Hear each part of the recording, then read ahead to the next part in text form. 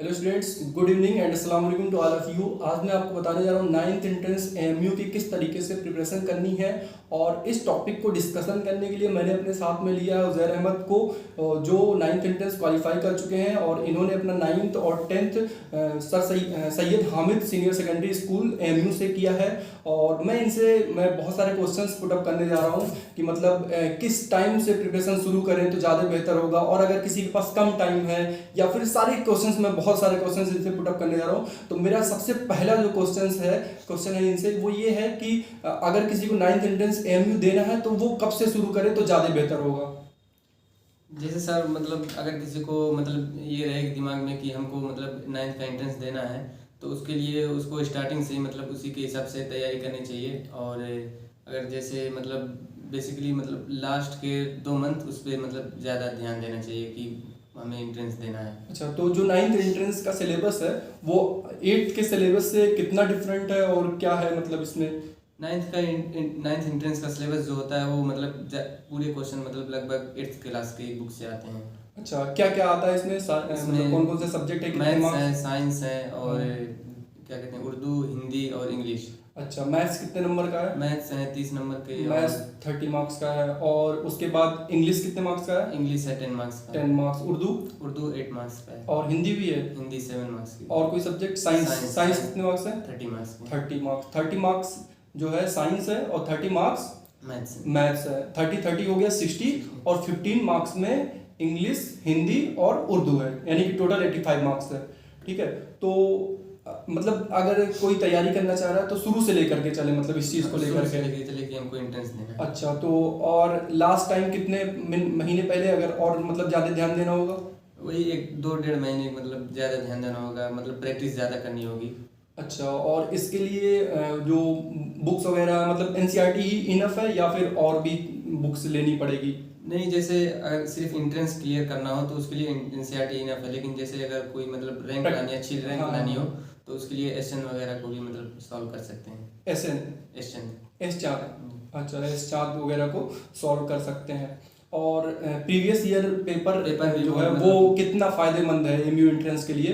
Previous year paper मतलब जो होता है मतलब उससे हमको आइडिया लग जाता है कि मतलब किस तरह के क्वेश्चन आते हैं, मतलब कैसे कैसे क्वेश्चन बनते हैं। तो प्रीवियस ईयर पेपर मतलब 10-12 साल के लगाना बहुत ज़रूरी होता है एंट्रेंस के लिए। अच्छा, और 85 मार्क्स का ये जो पेपर होता है ये 2 आवर का होता है। तो इसमें जो है सबसे पहले आपने कौन सा पार्ट सॉल्व किया था, साइंस या मैथ्स या जो भी, कौन सा? पहले लैंग्वेज स्टार्ट किया था। अच्छा, लैंग्वेज स्टार्ट करे थे। उसके बाद साइंस, फिर उसके बाद लास्ट में मैथ किया था क्योंकि उसमें कैलकुलेशन होता है इसलिए। अच्छा, तो इसमें मतलब स्पीड का कहीं ना कहीं रोल रहता होगा कि मतलब रहता है, क्योंकि बहुत बार ऐसा होता है कि क्वेश्चन छूट जाते हैं। तो इसके लिए मतलब आपने कितने मंथ जो है प्रैक्टिस करी थी अच्छे से? 2 मंथ, लास्ट के 2 मंथ मतलब ज़्यादातर प्रैक्टिस की थी इसके लिए। अच्छा, तो आप प्रैक्टिस करते थे तो किस तरीके से करते थे, मतलब पेपर को ले करके विद इन टाइम सॉल्व करते थे या फिर ऐसे ही सॉल्व करते थे, किस तरीके से? नहीं, जैसे मतलब एक लास्ट के 1 मंथ में जो प्रीवियस ईयर पेपर थे उसको मतलब ऐसे करके कि मतलब हमको 2 घंटे में इसको पेपर को सॉल्व करना है। हाँ, वैसे करते थे। अच्छा, मतलब प्रीवियस ईयर एक पेपर को उठा करके आप 2 घंटे टेबल पे बैठ करके विद इन टाइम सॉल्व करते थे और चेक करते थे। हाँ, इससे काफ़ी फायदा हो सकता है। इससे फायदा ये हो सकता है कि आप अगर मिस्टेक कर रहे हैं तो उस मिस्टेक को आप समझ सकते हैं कि कहाँ पे मैं मिस्टेक कर रहा हूँ और उस मिस्टेक को आप दूर कर सकते हैं। ये बहुत ही अच्छा तरीका है। मैं आपको भी बताना चाहूँगा, जब मैं प्रिपरेशन कर रहा था मैं भी इसी चीज़ को फॉलो करता था जो उजैन ने बताया अभी। एग्जैक्टली यही मेथड होता है किसी भी एंट्रेंस प्रिपरेशन करने का, कि आप जिस भी एंट्रेंस को देने जा रहे हैं उसके प्रीवियस ईयर पेपर को जब भी एग्जाम बाकी उसके 2 महीना पहले, 1 महीना पहले, जब तक आपकी तैयारी कंप्लीट हो जाए उसके बाद आप विद इन टाइम इसको सॉल्व करें और देखें कि आप कितना सही कर पा रहे हैं, कितना गलत कर। अगर आपने उस गलतियों को इम्प्रूवमेंट कर लिया तो आप सिलेक्ट हो जाएंगे। उसके बाद इसमें अबाउट टू भी कितना मिनिमम मार्क्स चाहिए होता है इंटरव्यू के लिए, कि आप इंटरव्यू में लिस्ट में नाम आ जाएगा, कितना मिनिमम मार्क्स? 70 चाहिए कि मतलब 70। हाँ, उसके बाद आ जाते तो आप सेफ जोन में रहते हैं कि इंटरव्यू में कि मतलब नहीं, मतलब इंटरव्यू से बाहर नहीं होते हैं। हाँ, यही चीज मैं पिछले वीडियो में भी बता चुका हूँ कि अगर आपके 70 मार्क्स हैं, जैसे उजैर ने भी बताया कि 70 मार्क्स अगर आए तो आप एकदम सिक्योर एरिया में रहते हैं कि आप इंटरव्यू में अगर बहुत अच्छा भी नहीं करेंगे, आप एवरेज रहते हैं इंटरव्यू में, तो भी आपका नाम फाइनल लिस्ट में आ जाएगा। अगर आपके, जैसा उजैर ने बताया कि 70 मार्क्स, वही मैं पिछले वीडियो में बता चुका हूँ, अगर आपके मार्क्स रहते हैं 65 या 63 तो आपका नाम तो आ जाएगा इंटरव्यू के लिए, लेकिन आपको फिर क्या करना होगा कि इंटरव्यू में ज्यादा मार्क्स स्कोर करने होंगे, और अगर आप इंटरव्यू में ज्यादा मार्क्स नहीं स्कोर कर पाते तो फिर आप लिस्ट, इसीलिए जैसे उजैर ने भी बताया कि 70 मार्क्स आपके लिए सिक्योर है, तो वही मैंने भी बताया था कि 70 मार्क्स आपके लिए सेफ है। आप 70 मार्क्स अगर स्कोर करते हैं, अगर 70 मार्क्स स्कोर करते हैं तो आपको फिर इंटरव्यू में ज़्यादा टेंशन लेने की ज़रूरत नहीं होगी, ठीक है। और मैथ्स के लिए एनसीईआरटी के साथ में कौन सी बुक लगानी जरूरी होगी? अगर एनसीईआरटी लगा दें, मतलब जैसे अगर हम एनसीईआरटी को सॉल्व कर लें तो उसमें मतलब अगर पूरी तरह से सॉल्व कर लें एनसीईआरटी को तो 25 मार्क्स आराम से मतलब बहुत अच्छे से हो जाएगा। और साइंस के लिए? साइंस के लिए भी मतलब एनसीईआरटी इनफ रहती है, मतलब 25 मार्क्स आराम से आ जाएंगे। साइंस के लिए 2-4 क्वेश्चन रहते हैं जो मतलब पीछे से उठा लिए जाते हैं 7 से, और 2-4 क्वेश्चन 9 से उठा लिए जाते हैं, तो मतलब 25 क्वेश्चन मतलब वो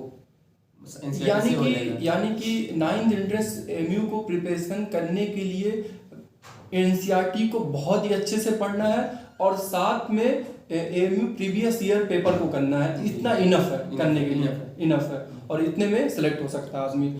तो इसके बाद जब नाम आ जाता है तो इंटरव्यू में क्या क्वेश्चंस पुट अप, मैं तो बता चुका हूँ, ऐसे बहुत ही जनरल क्वेश्चंस पूछे जाते हैं। तो मैं तो आपसे ये पूछना चाहूँगा कि जब आपका इंटरव्यू हुआ तो आप सबसे पहले गए तो आपसे क्या क्वेश्चंस पुट अप किए गए थे इंटरव्यू में? मुझसे 2 क्वेश्चन वैसे साइंस में पुट अप किए थे, हाँ। और उसके बाद मतलब मैं जहाँ का था उसके बारे में पुट अप किए थे, जहाँ से मैं बिलोंग करता। साइंस में क्या क्वेश्चन याद है एग्जैक्टली? साइंस में मुझसे पुट अप किए थे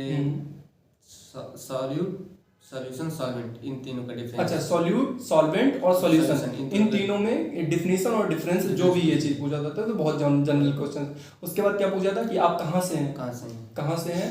फिर क्या बताया आपने? उसके बाद मैं बताया कि मतलब जहाँ से फिर वहाँ के मतलब प्रसिद्ध व्यक्ति का नाम मतलब पूछा। हाँ, फेमस पर्सनालिटी वहाँ से क्या है। बस यही 2-3 क्वेश्चंस आपसे पुट अप किए गए, बस और कुछ नहीं। इंट्रोडक्शन कुछ नहीं। उसके बाद आपका नाम जो है फाइनल लिस्ट में आ गया। ठीक है स्टूडेंट, तो मैं आपको यही एडवाइस करना चाहूँगा। मैं आपको भी बता चुका हूँ, और उजैर अहमद जो स्टूडेंट 9th एंट्रेंस एमयू में सेलेक्ट हो चुके हैं, इनसे भी मैंने आपको बता दिया कि आपको 9th एंट्रेंस एमयू प्रिपरेशन करने के लिए आपको सिर्फ और सिर्फ एनसीईआरटी को बहुत ही अच्छे से पढ़ना है। एनसीईआरटी के साथ में आपको एमयू प्रीवियस ईयर पेपर को सॉल्व करना है। और इन्होंने ये बताया कि अगर आप एमयू एंट्रेंस की प्रिपरेशन करना चाहते हैं तो क्लास 8 में जैसे ही आपका एडमिशन हो जाए वहीं से दिमाग में लेकर के चलें कि आप एमयू का एग्जाम देने जा रहे हैं। अगर आप शुरू से लेकर के चलेंगे तो आपके लिए आसानी होगी। उसके बाद जैसा कि इन्होंने बताया कि लास्ट के 2 महीने में ज़्यादा फोकस करना है, तो आप लास्ट के 2 महीने में फोकस कर लेंगे तो आप श्योर 100% सेलेक्ट हो जाएंगे। ठीक है स्टूडेंट्स।